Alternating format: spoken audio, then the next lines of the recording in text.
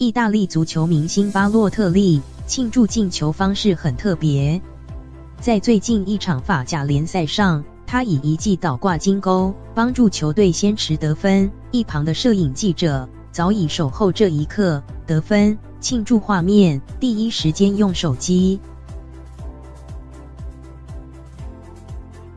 意大利马赛在法甲联赛对上圣艾提安，26号的泰奥云开出角球后，前锋巴洛特利一记倒挂金钩。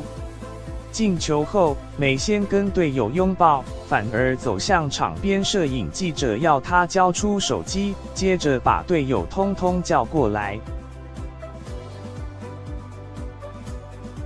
这是巴洛特利 set 好的动作，赛前就跟记者套好了，看得出他出赛前信心满满，认为自己进球的几率很高。马赛前锋巴洛特利，我把我的手机拿给记者，说如果我进球，我就要拿手机庆祝。球评：马利欧巴洛特利，28岁的巴洛特利进球后的庆祝鬼点子特多，这招进球自拍已被电玩公司放到游戏中。主播：事实上，电玩实况足球的制作公司已把巴洛特利的 Instagram 庆祝桥段加到电玩中。